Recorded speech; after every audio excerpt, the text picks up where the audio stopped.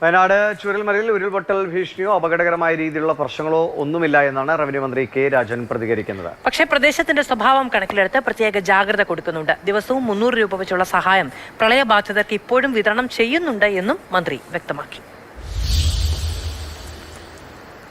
ഇന്നലെ 100 മില്ലിമീറ്റർ മഴ അവിടെ പെയ്തിട്ടുണ്ട്. പക്ഷെ ഉരുൾപൊട്ടൽ ഉൾപ്പെടെയുള്ള ഏതെങ്കിലും വിധത്തിലുള്ള അപകടം ഒരു കാരണവശാലും ഉണ്ടായിട്ടില്ല. വളരെ സേഫാണ് ആ കാര്യങ്ങൾ. പുഞ്ചിരിമുറ്റം വരെ ഞങ്ങളുടെ നിർദ്ദേശപ്രകാരം റവന്യൂ ഉദ്യോഗസ്ഥന്മാർ പോയിരുന്നു. അവിടെ പോകുന്ന അപ്പുറത്തേക്ക് തൊഴിൽ സാഹചര്യങ്ങളിലേക്ക് പോകുന്ന തൊഴിലാളികളോട് തൽക്കാലം അപ്പുറത്തേക്ക് കിടക്കേണ്ടതില്ല എന്ന് നിശ്ചയിച്ചിട്ടുണ്ട്. ഇപ്പോൾ ഉരുൾപൊട്ടൽ പോലെ ഗുരുതരമായിട്ടുള്ള ഒരു കാര്യവും ഉണ്ടായിട്ടില്ല. പക്ഷേ നല്ല ജാഗ്രതയോടുകൂടിയാണ് കാര്യങ്ങൾ മുന്നോട്ട് കൊണ്ടുപോകുന്നത്. മുഹമ്മദ് ഷഹീദ് കൂടി വിവരങ്ങളുമായി ചേരുന്നുണ്ട്. ഷഹീദ്, ഇപ്പോൾ മന്ത്രിയുടെ പ്രതികരണങ്ങളാണ് കേട്ടത്. പക്ഷേ ഇന്ന് രാവിലെ ജനങ്ങളുടെ വലിയ പ്രതിഷേധമാണ്. ഒന്നാമത്തെ കാര്യം, അവിടെ കൃത്യമായൊരു മുന്നറിയിപ്പ് സംവിധാനം ഉണ്ടായില്ല. ഇന്നലെ ഇത്ര കനത്ത മഴയുണ്ടാകുമ്പോഴും ഇന്ന് ഈ ജോലിക്ക് പോകരുതെന്നൊരു നിർദ്ദേശം അവിടെ ഉണ്ടായില്ല. ഒപ്പം തന്നെ പോകാതിരുന്നാൽ എങ്ങനെ ജീവിക്കുമെന്നാണ് അവർ ചോദിക്കുന്നത്. കാരണം അവർക്ക് ആ 300 രൂപ എന്ന വേതനം കൃത്യമായി കിട്ടുന്നില്ല എന്ന്. പക്ഷേ ഇപ്പോൾ ADM നേരത്തെ പറയുന്നുണ്ട് എല്ലാവർക്കും കിട്ടുമെന്ന് അറിയിക്കുന്നുണ്ട്. അപ്പോൾ എന്ത് പാളിച്ചകൾ നടന്നുവെന്നാണ് മന്ത്രി എത്രത്തോളം ജാഗ്രതയുടെ വിഷയത്തിൽ ഇടപെടുന്നുണ്ട്?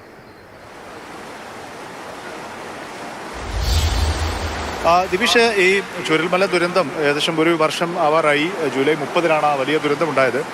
ഏകദേശം അതേ സ്ഥലത്ത് ആ പുന്നപ്പുഴയാണ് നമ്മളിപ്പോൾ കാണുന്നത്. ആ ചുരൽമലയിൽ വലിയ ഉരുൾപൊട്ടലുണ്ടായി. വെള്ളം ഒഴുകിപ്പോയ പുന്നപ്പുഴ ഇപ്പോൾ കലങ്ങി മറിഞ്ഞ് ഒഴുകിക്കൊണ്ടിരിക്കുകയാണ്.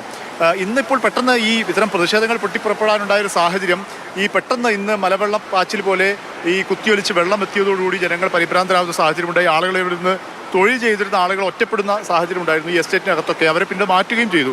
അതിനിടയിലാണ് ഈ പ്രശ്നം ഉയർന്നത്. അതായത് കഴിഞ്ഞ ഈ ചുരൽമല ദുരന്തത്തിൽപ്പെട്ടതിന് ശേഷം പിന്നീട് ഈ ദിവസം വേതനമായി 300 രൂപ നൽകാമെന്ന് പറഞ്ഞിരുന്ന ഒരു വാഗ്ദാനം ഉണ്ടായിരുന്നു. അത് പലർക്കും കിട്ടുന്നില്ല എന്നുള്ളൊരു പരാതി ഉയർത്തിയാണ് നാട്ടുകാർ ഇപ്പോൾ പ്രതിഷേധത്തിലേക്ക് വന്നത് എന്നുള്ളത് തന്നെയാണ്.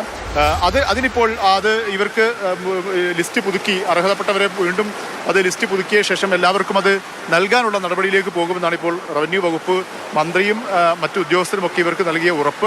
അതിനുശേഷമാണ് ഇപ്പോൾ അവർ പ്രതിഷേധം അവസാനിപ്പിച്ചത്.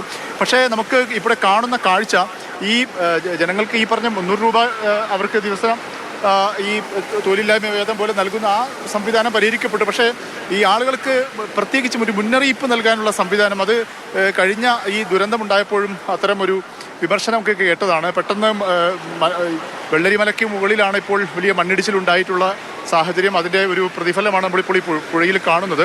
ഈ രീതിയിൽ മഴ ശക്തമായി പെയ്യുന്ന സാഹചര്യത്തിൽ ഇങ്ങനെ പെട്ടെന്ന് മണ്ണിടിച്ചിലും ഈ സാഹചര്യമൊക്കെ ഉണ്ടാകുമ്പോൾ അതിന് തക്കതായ രീതിയിലുള്ളൊരു മുന്നറിയിപ്പ് നൽകാനുള്ളൊരു സംവിധാനം കൃത്യമായി ഉണ്ടാകുന്നില്ല എന്നുള്ളൊരു പരാതിയാണ്. അക്കാര്യത്തിൽ ഒരു ശാസ്ത്രീയമായ ഇടപെടൽ ഇനിയും നമുക്ക് ഉണ്ടാകേണ്ടതുണ്ട് എന്നുള്ളത് തന്നെയാണ്. അതായത് ദുരന്തം ആവർത്തിക്കുന്ന സാഹചര്യത്തിലേക്ക്, അല്ലെങ്കിൽ അത്തരത്തിൽ ഒരു തവണ വലിയ ദുരന്തം ഏറ്റുവാങ്ങിയ മനുഷ്യർ വീണ്ടും ഇങ്ങനെ ഭീതിയുടെ നിഴലിൽ കഴിയുന്ന സാഹചര്യം എന്നുള്ളത് അതൊരു പ്രശ്നം തന്നെയാണ്. ആ കാര്യത്തിൽ ഈ പ്രദേശത്തേക്ക് വരേണ്ട, തൊഴിലെടുക്കേണ്ട എന്നൊക്കെ പറയുന്നത് നമുക്ക് നടപ്പാക്കാത്ത കാര്യമാണ്. കാരണം ഇവർക്ക് ദൈനംദിന ജീവിതം മുന്നോട്ട് കൊണ്ടുപോകാൻ വേണ്ടി തൊഴിലെടുക്കേണ്ട സാഹചര്യമുണ്ട്. അങ്ങനെ തൊഴിലിന് വേണ്ടി പോകുന്ന ആളുകളാണ് ഇന്ന് എസ്റ്റേറ്റിനുള്ളിൽ കുടുങ്ങിയ സാഹചര്യമൊക്കെ ഉണ്ടായിരുന്നത്.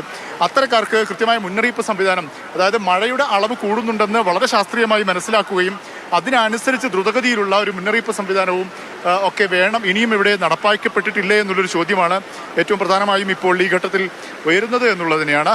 പക്ഷേ അതിനൊപ്പം തന്നെയാണ് ഇന്ന് ഈ പറഞ്ഞ രീതിയിലുള്ള ഈ ആദ്യത്തെ ചുരൽമല ദുരന്തത്തിന് ഇരയാക്കപ്പെട്ട ആളുകൾക്ക് കൃത്യമായ രീതിയിലുള്ള സർക്കാരിൻ്റെ നഷ്ടപരിഹാര തുക ലഭിക്കുന്നതുമായി ബന്ധപ്പെട്ട തർക്കങ്ങൾ അത് പരിഹരിക്കപ്പെട്ടു എന്ന് പറഞ്ഞാൽ കൃത്യമായ നൽകാമെന്നൊരു ഉറപ്പ്, വാഗ്ദാനമാണ് ഇപ്പോൾ ഇവർക്ക് ലഭിച്ചിരിക്കുന്നത്. അതിന് കൃത്യമായി നടപ്പാക്കപ്പെടേണ്ടതുണ്ട്. ഒപ്പം തന്നെയാണ് കാലവർഷം ശക്തമാവുകയാണ്.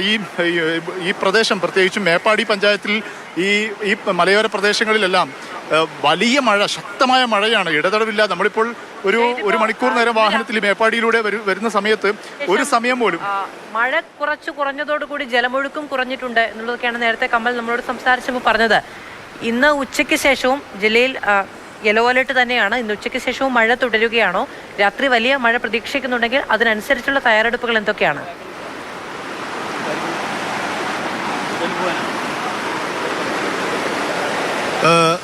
ഈ തയ്യാറെടുപ്പ് എന്ന് പറഞ്ഞാൽ ഈ മേപ്പാടി പഞ്ചായത്തിൽ മേപ്പാടി പ്രദേശത്ത് അതിശക്തമായ മഴ, നമ്മളിപ്പോൾ വരുന്ന വാഹനത്തിൽ 1 മണിക്കൂർ നേരം മേപ്പാടിയിലൂടെ വരുന്ന സമയത്ത് ഒരു 5 മിനിറ്റ് പോലും 2 മിനിറ്റ് പോലും മഴ മാറി നിൽക്കുന്ന ഒരു സാഹചര്യം ഉണ്ടായിരുന്നില്ല.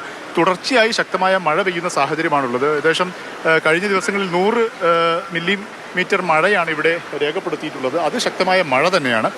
അതുകൊണ്ട് തന്നെ ആ തരത്തിലുള്ള മുന്നൊരുക്കങ്ങൾ അടിയന്തരമായി ഇവിടെ നടത്തേണ്ടതുണ്ട്. ആളുകളോട് ഈ പ്രദേശത്തും ഈ ഉരുൾപൊട്ടൽ സാധ്യതയുള്ള സ്ഥലങ്ങളിൽ നിന്നും മാറി നിൽക്കാൻ വേണ്ടിയുള്ള ഒരു നിർദ്ദേശം അതിശക്തമായി നൽകേണ്ടതുണ്ട് എന്നുള്ളത് തന്നെയാണ്. ഇപ്പോൾ